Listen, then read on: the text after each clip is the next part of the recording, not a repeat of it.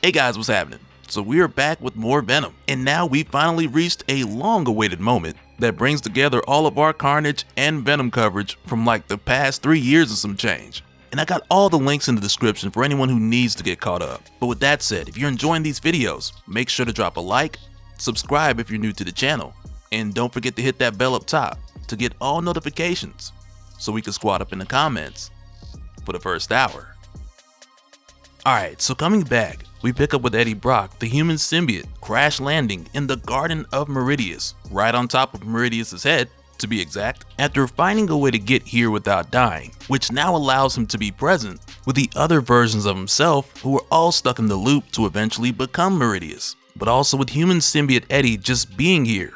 That in itself disrupts the cycle of how things are supposed to play out time and time again. But trust me, the disruption, it doesn't stop there. But as soon as Eddie arrives, he goes for the version of himself who initially first arrived in the garden back in issue 1, and he just tears that Eddie's head off. And the human symbiote Eddie, he's able to pull this off rather easily, because on top of his own abilities, he's also wearing the tamed version of the Bedlam symbiote. But as you could imagine, for the first Eddie who just got his head torn off after showing up here for the first time, he is just completely confused. Cause the time displaced Eddie, he's telling Eddie number 1 how he's gonna keep him locked in the goo, just like how Meridius did back when he had to watch Dylan get stabbed. And the first Eddie's like, Dylan got stabbed? And it's like, man, this guy really doesn't know much past issue 1, and it's crazy. So time displaced Eddie just pops his head like a grape, only to then get blindsided by Bedlam, who again is just recently returned to the garden from limbo. And it's kind of funny because for a moment here, this Bedlam, he starts going back and forth with the Bedlam that time displaced Eddie's wearing. So for a moment they go back and forth like, I'm Bedlam, no I'm Bedlam, I'm Bedlam a billion times, no takebacks. And it's like, nobody, you are a child, and that is apparent.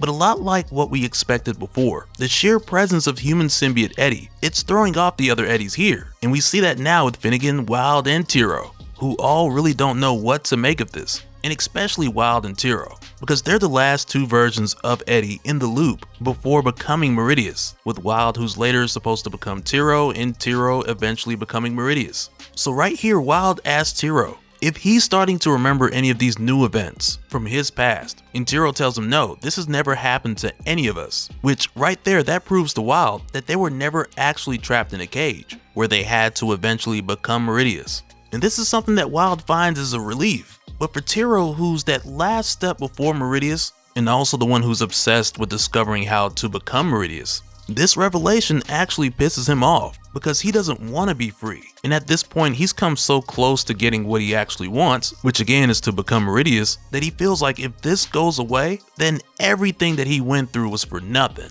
So right away, he just attacks the human symbiote Eddie Brock because Tiro doesn't want to be free. He's all in, and he wants to get to the point where he can find out how he can become Meridius. But while Tiro's attacking Eddie, he's then stopped by Finnegan, where in his case, Finnegan's the version of Eddie who was freaking out after learning so much so quick. So for Finnegan, he wants this to stop. He wants to be free. He wants to break the loop, and not just to save himself, but also to prevent Dylan from getting stabbed through the heart by Bedlam. And that's what makes Tiro go off, because he knows that didn't kill Dylan, it made him stronger. He has his own hive and his own army, and when Dylan's ready, he'll be the key to helping Meridius escape. But for human symbiote Eddie, who again is the most grounded version of Eddie here, he lets Tiro know that it's not Dylan's job to save his father, but it's their job to save him, to save their son, because Dylan should have never had to have become a symbiote warrior. He's not a tool, he's a kid, and they never should have put Dylan in that position. So Eddie tells Tiro if he's too far gone to understand that, then he can sit this one out. And he then just chops Tiro's head off. And right after this, neither Finnegan or Wild are trying to dispute what human symbiote Eddie's saying here, but Wild then goes to point out that both of the Bedlams are in the middle of a mind versus mind match, which we actually get a glimpse of for a moment here, where for both of them, in their minds, there's like an army of classic Eddie Brocks just duking it out as far as the eye can see. It's crazy. Meanwhile, just outside, when the first Eddie reforms, this reminds them as long as the garden's here, there's a possibility for any of these guys to just come back, which then is followed by an earthquake, or better yet, a garden quake, that leads to a giant-sized Meridius emerging from the garden, after having Rosebud 2 crashed on top of his head. And as he gets up, he tells Eddie that he's not happy, And it's not because Eddie tried to kill him, because Meridius can respect that.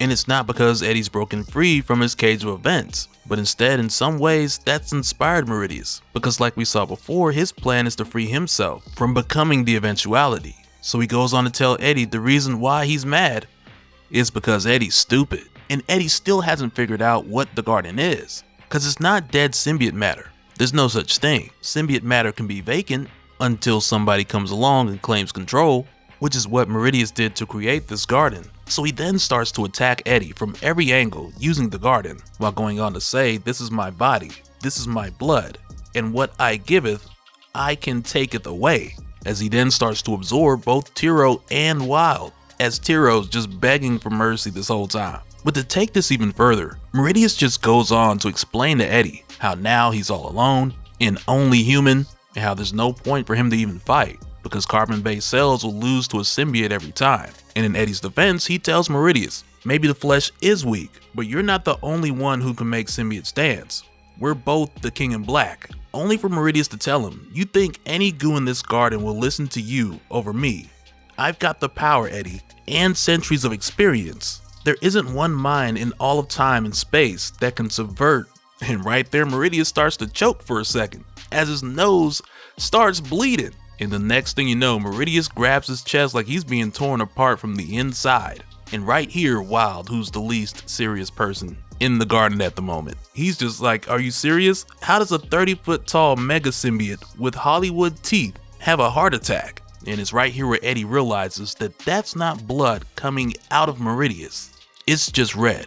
Everything's red, as a head comes through Meridius' chest, saying red as Carnage. Because God Carnage has arrived at the garden. And just like how we saw in Death of the Venomverse, when Carnage killed different versions of Venom and took on their attributes, he now rises out of Meridius looking much like Meridius, which just goes to show that now Carnage is even more powerful than when we seen him last. And as it turns out, just before this, Carnage paid a little visit to the eventuality. But as it stands right now, we really don't know if that was by choice or by force. And after seeing the eventuality, who Carnage describes as a huge hand with candles for fingers, he saw the great burning engine and thought to himself, now there's a god. So he dove into the black water to take a swim. But instead of ending up there, he ended up here, which we know from the previous issue. That's pretty much the same way that Tiro used to travel from the garden to the eventuality, though in reverse, of course. But with arriving here, Carnage is a bit surprised himself, because he tells Eddie, I'm in your heaven, as Carnage makes a bit of a song and laugh at the idea of even making it to heaven. I mean, because it is funny.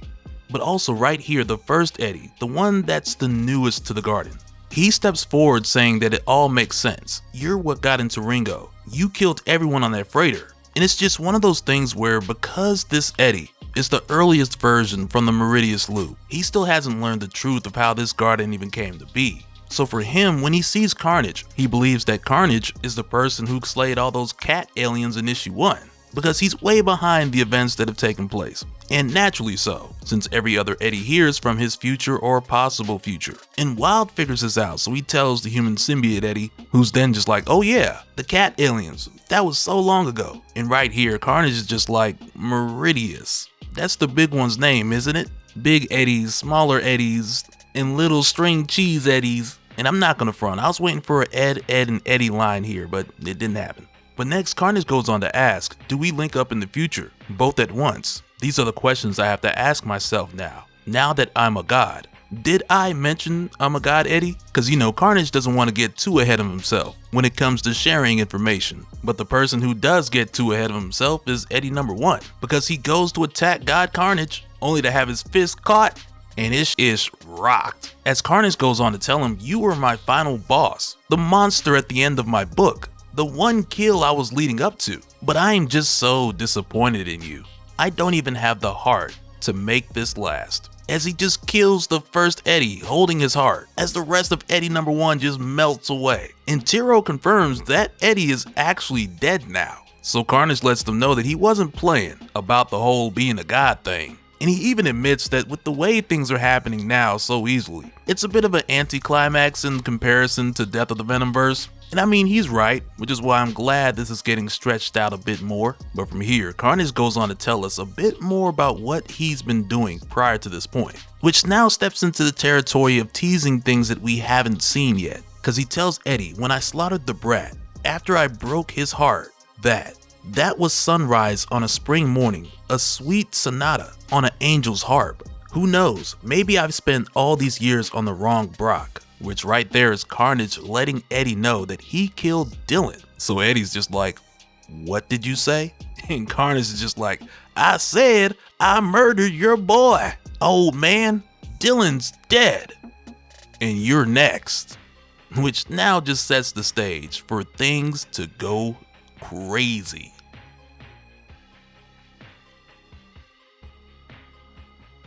And so now real quick, I want to give a special shout out to all the patrons. Thank you guys for all of your support.